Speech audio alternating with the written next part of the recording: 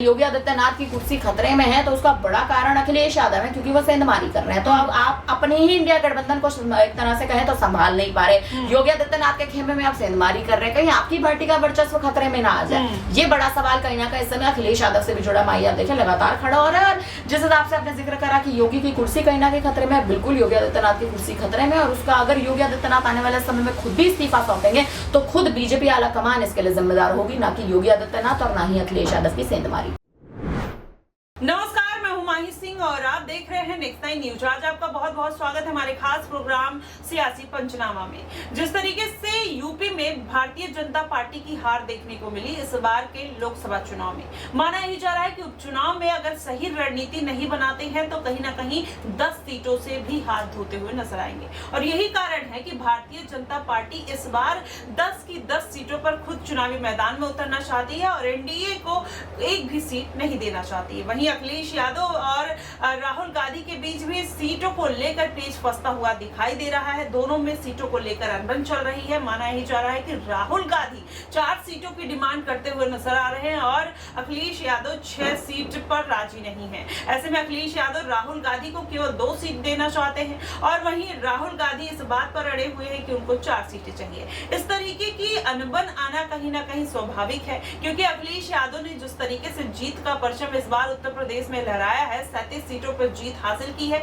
ऐसे में उनका कॉन्फिडेंस लेवल भी बढ़ा है। वो चाहते हैं कि वो ज्यादा से ज्यादा सीटें अपने पास रखें और जिससे जीत हासिल कर पाए और वो एक कहीं ना कहीं गठबंधन में भी एक बड़े भाई की भूमिका निभाते हुए नजर आए, जैसे इस बार के लोकसभा चुनाव में उन्होंने निभाया। अब ऐसे में अगर पूरा मामला समझा जाए तो उधर एनडीए गठबंधन में फूट पड़ने की संभावना है और इधर इंडिया गठबंधन में योगी आदित्यनाथ की कुर्सी पर खतरा पहले से बना हुआ है। पार्टी में बीजेपी में अनबन की खबरें पहले से आ रही हैं। ऐसे में अब योगी आदित्यनाथ अगर एनडीए को दरकिनार कर देते हैं तो किस तरीके से माहौल बनेगा। अखिलेश यादव अगर राहुल गांधी को दरकिनार करते हैं तो क्या इंडिया गठबंधन में फूट पड़ सकती है। इन्हीं तमाम मुद्दों पर चर्चा करेंगे। हमारे साथ आश्रुति मौजूद है। आश्रुति, क्या लगता है कि जिस तरीके से यूपी की सियासत में फेरबदल उपचुनाव में होने की संभावना जताई जा रही है, योगी आदित्यनाथ की जो कुर्सी है खतरे में है, केशव प्रसाद मौर्य कहीं ना कहीं इस बात के जद्दोजहद में है कि उनको सीएम बना दिया जाए। क्या लगता है कि इस बार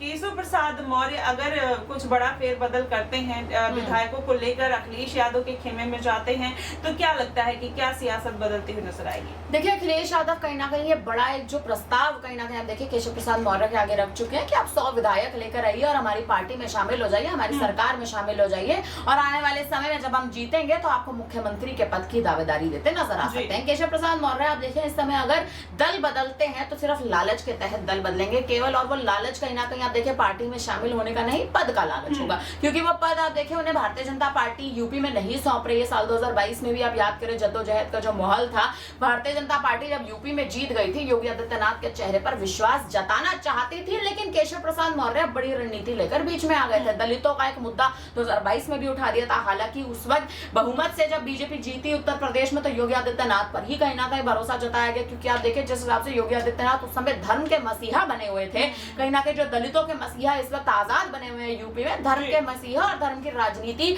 उत्तर प्रदेश में योगी आदित्यनाथ से बेहतर उस समय कोई भी राजनेता नहीं चला सकता था। और इस बात को आप देखें आज कहीं ना कहीं जनता भी मंजूरी जरूर देती होगी कि धर्म की राजनीति में अव्वल नंबर पर योगी आदित्यनाथ कहीं ना कहीं उत्तर प्रदेश में रणनीतियां साध रहे हैं। लेकिन आप देखिए इस समय जो स्थिति कहीं ना कहीं बनी हुई है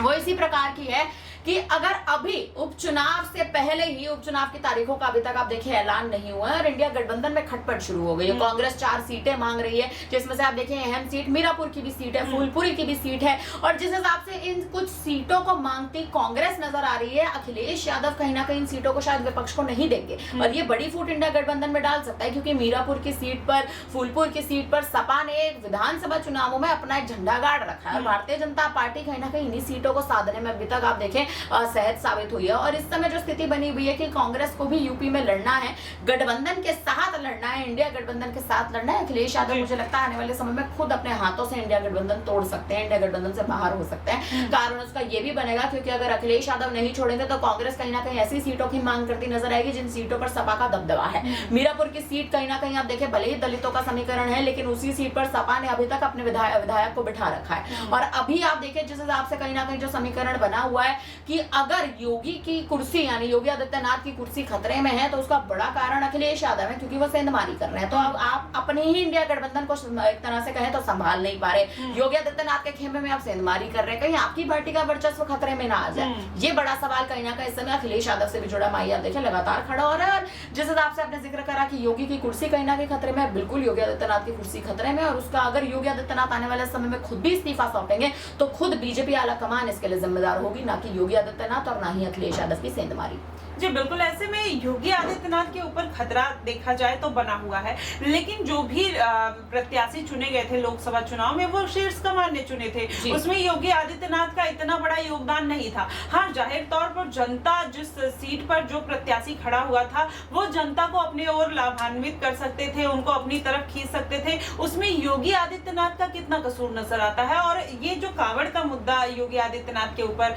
फंसा हुआ है, श्रुति क्या लगता है कि उसमें सही कौन है गलत कौन है? ये दो सवाल है और दोनों के छोटे जवाब। देखिए, कांवड़ का मुद्दे की अगर आप बात करें तो जिस हिसाब से कहीं ना कहीं कांवड़ का जो मुद्दा इस समय आप देखिए लगातार तूल पकड़ता नजर आ रहा है, उसमें अगर आप देखें योगी आदित्यनाथ ने जो बड़ा ऐलान इस समय करा, इस स्थिति को देखते हुए करा है, ये स्थिति सही नहीं है। अगर आप इस समय मौजूदा परिस्थिति में धर्म को एक बार फिर से राजनीति के साथ जोड़ देंगे, कहते हैं कि चुनाव से पहले धर्म और राजनीति को जोड़ दिया जाता है, हर बार विधानसभा चुनाव में भी ऐसा ही होता है, लोकसभा चुनाव में भी ऐसा होता है। लेकिन कहीं ना कहीं आप देखिए हैरान कर देने वाली बात यह है कि उपचुनाव है और उपचुनाव से पहले भी आखिर आप धर्म को राजनीति से क्यों जोड़ रहे हैं, ये बड़ा सवाल है। और यहाँ पर योगी आदित्यनाथ पर इसीलिए कहीं ना कहीं ठीकरा फोड़ा जा रहा है, क्योंकि अगर आप इस स्थिति में कांवड़ियों को ये कहेंगे कि वो आप देखिए एक लंबे किलोमीटर की या यूं कहें कि दूर से चलते हुए कांवड़ी आपके आ रहे हैं और उसके बाद उस दुकान में खाना खाएं जो हिंदुओं की है, उस दुकान में खाना ना खाएं जो मुस्लिमों की है, तो ये आप देखिए वर्गों को बांटने का राजनीति आप अभी मत करिए, ये सही समय नहीं है। ये सही समय अगर आपको चाहिए कि आप धर्म की राजनीति करें तो आप उपचुनाव निपटने दीजिए, उसके बाद धर्म की राजनीति कर लीजिएगा। वहीं आप देखिए जिस हिसाब से योगी की जो कुर्सी आप कह रही हैं कि खतरे में कहीं ना कहीं, केशव प्रसाद मौर्य आप देखें इसका बड़ा कारण बन सकते हैं। अखिलेश यादव लगातार सेंधमारी करने का प्रयास तो देखिए वहीं कर रहे हैं, और वो प्रयास केवल योगी आदित्यनाथ की कुर्सी के लिए नहीं कर रहे, वो अनुप्रिया पटेल को साधने के लिए कर रहे हैं, अपर्णा यादव को साधने के लिए कर रहे हैं, भारतीय जनता पार्टी के पास जयंत चौधरी का नाम भी आप इसमें ले लीजिए, तमाम उन चेहरों को साधने में कर रहे हैं जो योगी आदित्यनाथ के बेहद करीब है या फिर बीजेपी के बेहद करीब है। तो अगर अखिलेश यादव अपनी रणनीति में सफल हो जाते हैं तो कहीं ना कहीं आप देखें आने वाले समय में बीजेपी का स्तर वैसे ही यूपी में गिर रहा है, धीरे धीरे सेंधमारी के चलते बिगड़ जाएगा, धर्म की राजनीति के साथ बिगड़ जाएगा, योगी आदित्यनाथ के उन ऐलान के चलते बिगड़ जाएगा जो ऐलान उन्हें सही समय सही मौके पर करने चाहिए।